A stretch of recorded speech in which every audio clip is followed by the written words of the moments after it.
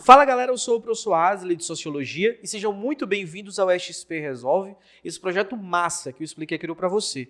E juntos nós vamos simplesmente gabaritar todas as questões Enem de 2009 até hoje. E por falar em 2009, essa é o ano da questão do nosso vídeo de hoje. Prova do Enem de 2009, de segunda chamada.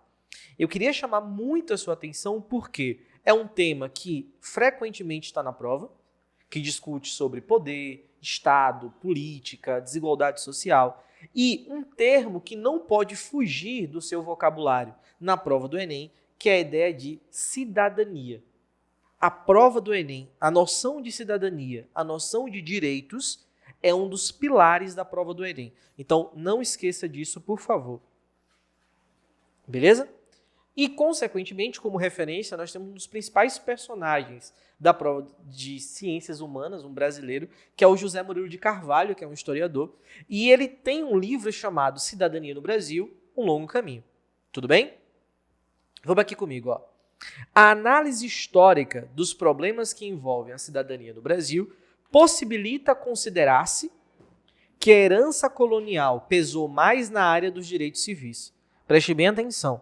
A análise histórica dos problemas que envolvem cidadania no Brasil possibilita considerar-se que a herança colonial, um aspecto histórico aqui, pesou mais na área dos direitos civis. O novo país herdou a escravidão, que negava a condição humana do escravo, herdou a grande propriedade rural, fechada a ação da lei, herdou um Estado comprometido com o poder privado, e esses três empecilhos ao exercício da cidadania revelam-se persistentes. Preste bem atenção. Quando nós falamos em cidadania, envolve direitos e deveres. Quando nós falamos em cidadania, existe uma diferenciação entre uma cidadania real e uma cidadania ideal. Veja, é impossível discutir sobre cidadania no Brasil sem pensar, por exemplo, uma análise histórica muito significativa. Se eu imagino, e ele aponta 3 dados aqui que são importantíssimos: a escravidão. Você pode imaginar, por exemplo, e essa escravidão que nega a humanidade, a dignidade da pessoa humana, aquele indivíduo que é escravo. A propriedade rural, que é fechada a ação da lei, e a gente vai explorar isso um pouco mais. E um Estado que tem mais interesse no poder privado do que no poder público. Esses 3 elementos, a gente poderia elencar inúmeros outros, mas esses 3 elementos são imprescindíveis para você entender como a cidadania no Brasil ela não é real.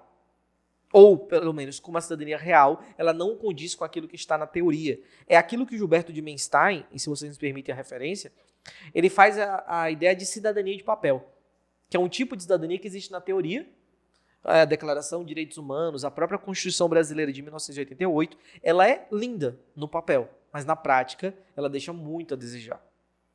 E, obviamente, para a gente entender que ela deixa muito a desejar, eu não posso olhar só para 1988. Eu tenho que entender toda a história da formação do Brasil e como determinados indivíduos, por uma série de características, foram excluídos, ou melhor dizendo, foram marginalizados durante o processo. Tudo bem?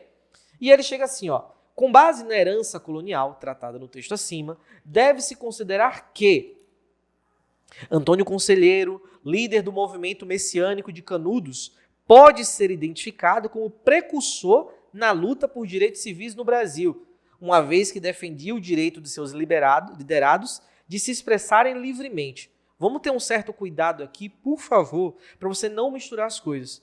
É óbvio que quando você estuda na aula de história sobre Canudos, algumas pessoas acusavam o Conselheiro de ser um monarquista. Lembre-se que na época da Guerra de Canudos estava muito em alta recém-proclamada república, através de um golpe de Estado, toda essa discussão que nós temos aqui. Então, mas tenho muito cuidado em relação a isso, porque o conselheiro não tinha essa pauta. Ele não está discutindo sobre liberdade de expressão ou algo parecido. Então, estamos tangenciando bastante. Exemplo do Estado comprometido com o poder privado é a República Velha, período em que os coronéis dominavam o poder público ao adotarem uma política patrimonialista, a qual Getúlio Vargas conseguiu eliminar do país após 1930. Veja, muito cuidado com esse tipo de informação, porque, de fato, a República Velha, você tem uma predominância de um lado privado dentro do poder público. De fato, existia o coronelismo, o controle dos coronéis e tudo mais. Só que Vargas, ele vem sim, isso é um fato. Vargas vem por fim, entre aspas, a política do café com leite, a república do café com leite. Só que Vargas, de maneira nenhuma, conseguiu eliminar isso no Brasil, principalmente em 30. Se você observar, ainda é muito real no Brasil esse aprofundar das relações privadas dentro do espaço público. E talvez ninguém fale melhor sobre isso no Brasil do que o próprio Sérgio Buarque de Holanda. Outra referência que você pode ter, por exemplo, é o Raimundo Faoro, Os Donos do Poder, quando ele discute sobre patrimonialismo. Uma outra referência interessante para vocês é, por exemplo, Roberto da Mata. Então fiquem bem atentos. É óbvio que o Brasil isso não foi resolvido, então é falso. Dos direitos civis, daqueles que dizem respeito à liberdade e garantia individual, que foram estabelecidos no Brasil pela primeira vez na Constituição de 88. É óbvio que a cidadania não é plena, mas não foi em 88 que pela primeira vez foram estabelecidos liberdades e garantias individuais no Brasil. Tomem muito, muito, muito cuidado. Me permita fazer um paralelo aqui muito rápido, porque discutir democracia no Brasil é complicado. Porque o país, o Brasil, é um tipo de país que flerta ao longo da sua história com o autoritarismo. Nós temos colônia, pertencemos a Portugal, pacto colonial e tal. Você tem, após a independência do Brasil, o Brasil se torna uma monarquia. Então existe um controle, principalmente na figura do poder moderador. Primeiro reinado, regência, segundo reinado.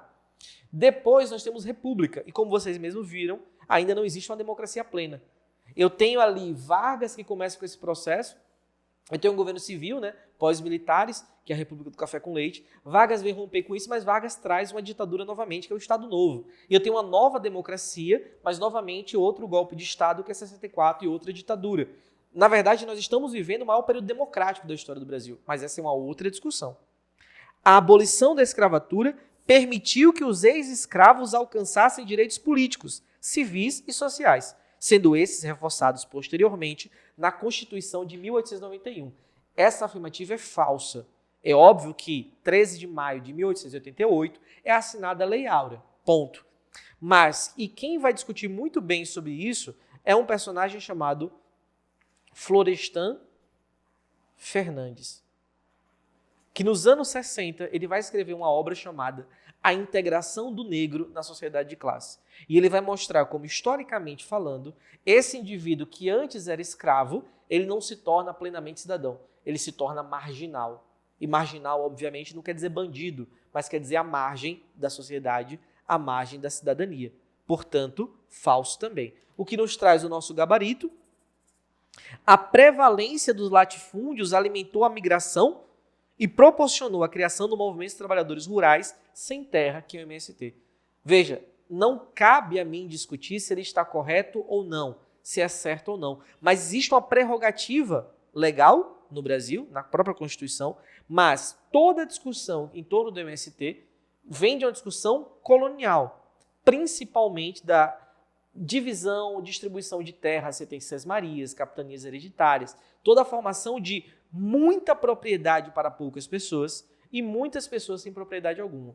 Esse é um ponto crucial para entender o MST e, consequentemente, o MTST, que é um movimento urbano, mas a questão fala só sobre MST. E outro aspecto importante, na própria Constituição brasileira, se discute, você não tem a propriedade privada como um direito natural inalienável. No Brasil, aparece a noção de função social da terra. Caso você não faça um bom uso dessa propriedade, o Estado tem o direito de utilizar-se dela. A grande questão é o que é e o que não é um bom uso. É aí que gira em torno da validade ou não, por exemplo, do movimento como MST. Tudo bem? Então, nosso gabarito: prevalência de latifúndios, que já é discutido inclusive no texto, alimentou a migração, é um fato, e proporcionou a criação de movimentos de trabalhadores rurais sem terra, que é o MST. Tá bom? Espero que tenham gostado do vídeo, tirado suas dúvidas. E eu vejo vocês logo logo. Um abraço.